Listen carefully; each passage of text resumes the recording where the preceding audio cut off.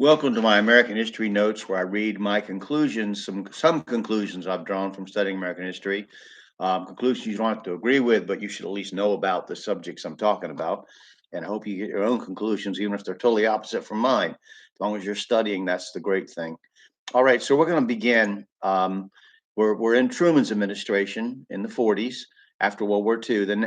And so what's happened now? The now Republican-controlled Congress turned against Democrat Truman.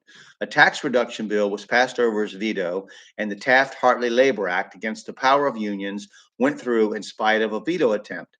Truman was known to have a sign on his desk saying, "The buck stops here," taken from the phrase "to pass the buck," meaning to shove responsibility for something down the line, as in, "It's not my fault, it's his."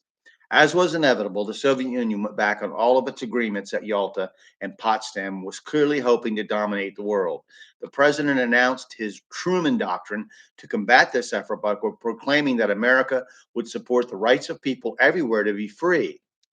This did not apply, however, to many European colonies, such as Vietnam, whose opposition leader, Ho Chi Minh, had been trained by the OSS, the forerunner to the CIA, to fight the Japanese.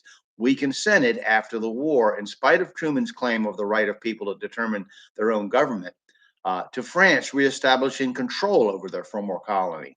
By 1954, we were even fully funding the French military efforts against Vietnam's insurgency against the French colonial rule.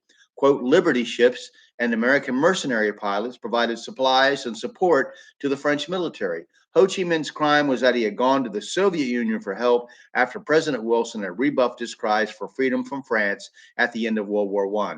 Both sides in the French Indochina War were brutal, and when the French were finally kicked out, the brutality of Ho's Northern Communist forces escalated dramatically in acts of unimaginable cruelty and horror against the South. In June 1947, Secretary of State George Marshall announced the Marshall Plan to rebuild war-torn Europe. Congress approved money to be used to prevent Greece and Turkey from falling to Soviet-backed communists. Against the advice of his Secretary of State, Truman acknowledged the new state of Israel in 1948. General MacArthur's successful occupation of Japan was instrumental in turning that country into one of America's greatest friends. An Army officer trained in radio broadcasting at the University of Alabama, named Peter S. Ruckman, son and grandson of military men previously mentioned, was part of that occupation. Formerly a hand-to-hand combat instructor during the war, he went on to be an outspoken Baptist preacher standing for the authorized version of the Bible and America's traditional religious heritage for over 50 years after being saved in 1949. MacArthur had banned all martial arts in Japan due to their ties to the military, except for karate, which he presumed to be some form of gymnastics. American servicemen took to the study of karate and brought it in its various forms home to millions of their countrymen over the next couple decades. Karate overcame boxing as the American martial art and sport of preference, although even until the 1960s, it was common to refer to fighting with your feet as unmanly or dirty fighting.